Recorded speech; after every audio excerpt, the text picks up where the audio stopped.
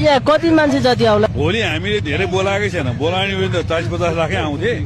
यहाँ ठाउँको अभावको कारणले र हाम्रो जिल्ला चाहिँ नि नेपालकै सबभन्दा सानो जिल्ला, काठमाडौँको जताततै ठाउँ खोज्दाखेरि पनि यो 108 रोपनी जमिन मात्रै फेला परेको हुनाले यसको क्षमता 2 लाख हो। गट्ठागढदेखि जगारीसम्मको हाम्रो हाइवेको लगभग 7 देखि 8 किलोमिटर हो। सकेसम्म हाइवे जाम नगर्ने भन्ने हाम्रो नीति छ।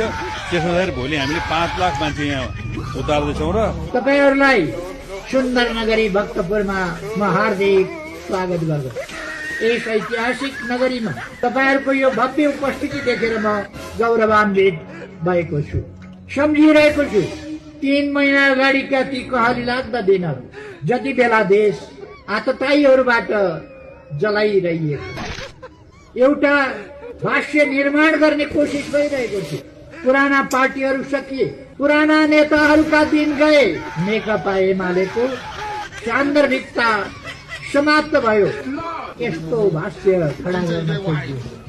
जब आज यो जनसागर यहाँ यसरी ओर्लिएको छ, म ढुक्कले भन्न सक्छु लोकतन्त्र अझै छ, नेकपा एमाले अजम्बरी।